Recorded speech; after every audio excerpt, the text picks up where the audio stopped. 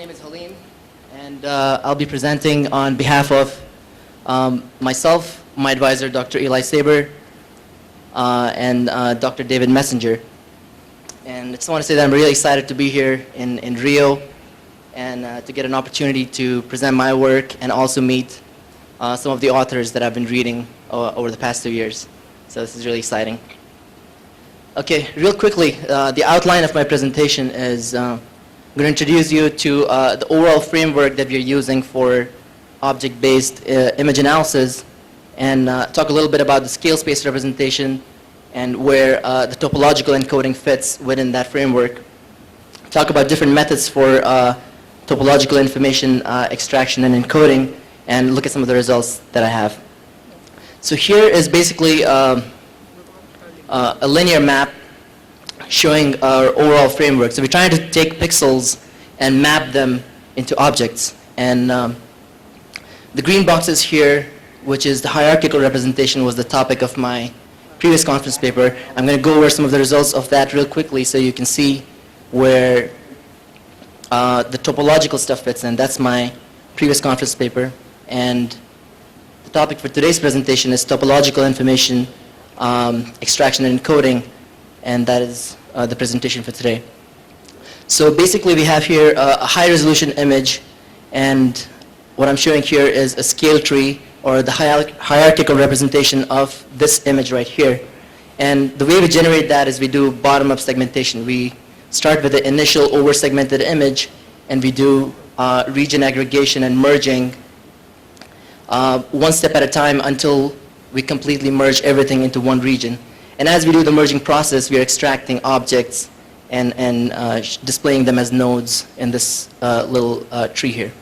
So basically, this serves as a desired object tree. Hopefully, all the nodes here are objects of interest, but because this is unsupervised, that's not going to be the case. So we can use this as an initial approximation for later processing. So let's take a quick look at what happens as we scale through the different levels of this tree. And this is from my previous conference paper. So here's an image of France.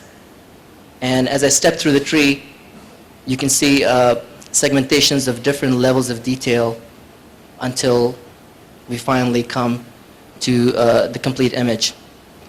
Another example here is an image from South Africa. This way, we're going to start from top bottom. You can see big regions in the segmentation. And as you step down, you're going to see more details being added and more nodes being added to the tree. You can see the cars, and finally the complete image. So why are we looking at topological features? So we're interested in studying complex objects and complex high-resolution images. And to actually understand these complex scenes, we need to understand what constitutes them, what are the subparts, and how they're arranged. So this author that I've referenced here actually does the same thing. They have a hierarchical representation of their own, and they show that using topological information can improve automatic detection of objects. So they take this plane and this image, put it into a hierarchical representation, and if they use topological information, their accuracies go up. And why else are we looking at topological features? Looking at adjacent regions and arrangement gives us additional information that might not be available in spectral information or shape information. For example, these lines right here don't make sense right now, but if you arrange them differently, they're the same lines, they have some meaning. So topology usually has some information that's independent of spectral texture or shape that we want to be able to quantify. So some of the drivers for this work were to find a better way to quantify the topology. Right now, the way we do it is brute force. We use region masks and figure out if the regions overlap or not. So we want to find a better way to do it rather than brute force. And we also want something that has more discriminating power. A lot of you, if you're doing segmentation work, are familiar with the region adjacency list. And that basically tells you whether or not regions are neighboring or not.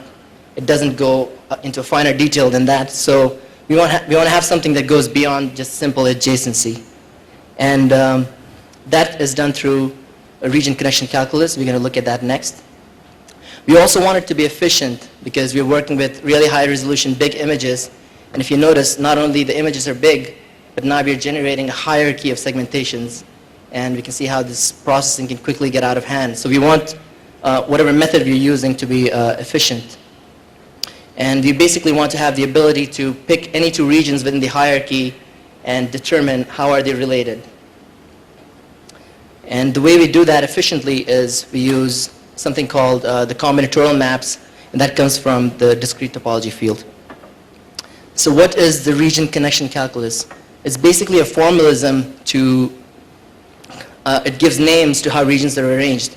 So this right here is two regions that are disconnected, externally connected, tangential proper part, and the inverse of that, partial overlap. Both regions are equivalent, non-tangential proper part, and the inverse of that. So basically we have 8 different arrangements that we can differentiate between instead of saying just that they're neighbors. So how do we actually implement this when you code? The way you do that is you take the regions and you have to generate raster representation of the exterior of the region, which is the white pixels here, the interior, and the boundary. And once you have that, you compute something called the 9 intersection matrix. So you do that for both region A, region B, and figure out whether the boundaries are overlapping or not, whether the interiors are overlapping or not. And once you do that, for example, for this example image, you come up with a matrix that can be matched to one of the 8 configurations. In this case, it turns out to be non-tangential proper part, which tells us that these regions A and B basically have this configuration. So that's kind of the brute force method that if you just do directly without looking at efficiency. So the pros of this method, like I mentioned, are we have more discriminating power. We have ability to recognize different arrangements, and there are extensions to this model, but they still use the same querying method. You have to still make the raster representation to figure out what the topology is. So what we're using is something called the combinatorial map model, and what that allows us to do is basically look at subdivisions of space. So for example, if this is an image with regions, this in discrete topology is referred to as a planar map, and the faces here can be considered equivalent to a raster representation of the image. And you can further subdivide that planar map into nodes and edges, signified by red and green. And this can be thought of as something that's equivalent to the vector representation that's used in the GIS community. But there is a further simplification of the vector representation, which is called the darts. So once you reduce that to the dart representation, we can start looking at how these things are arranged. So basically we take an image and try and generate a combinatorial map representation. So that's basically called a combinatorial map. So once you've basically broken down the image into darts, you go ahead and label each of the darts with integers. And what this allows you to do is address each region separately. So I've basically taken this and split it out into the regions that these numbers describe. So if you look at, for example, this region and this region right here, you can see that they share an edge with the same number. So if I have to query whether or not these two are adjacent, I can look at number 5 and 5 and say, okay, those two regions are adjacent. And if you look at regions that are not adjacent, they're defined by completely different darts. Basically, we have boiled down checking for topological relationships to comparing arrays of integers. Here's an example of doing this on a real image or a cartoon image. So we have an image and we have a label map that can be generated through your segmentation of choice.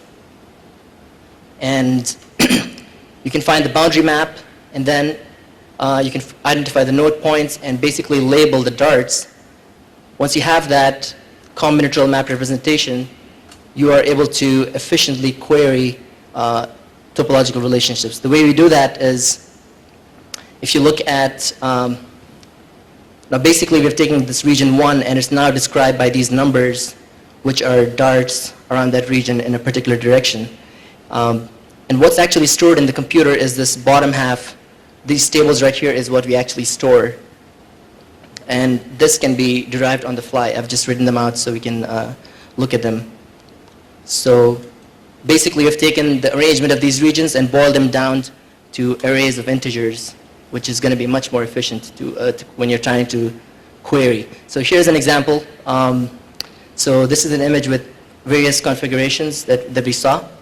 And let's say that we're interested in figuring out what's the topology between region 5 and region 9. So if you were to do it the raster way, or the way that, the brute force way, you would find those exterior, interior, and the boundary for A. You do the same thing for B, compute the 9 intersection matrix, and say, okay, those are disconnected. And but if you're going to look at, now this looks harmless on a simple image like this, but if you're looking at a high resolution image with many regions, this process can become tedious and extremely inefficient. So if you look at the dart-based way of doing the same thing, I have the dart representation of this image. Once I've done that, I'm interested in looking at regions 5 and 9. If you look at those darts, they do not have a common number, nor do they have a containment relationship. So we can infer from that that those regions are actually disconnected. And similarly, we could also query for regions 4 and 7. And if you look at that, those two regions, 4 and 7, share a common number, 7, and they don't have a containment relationship, so you can infer that those regions are externally connected. And that's, again, much easier to do once you have the dart representation.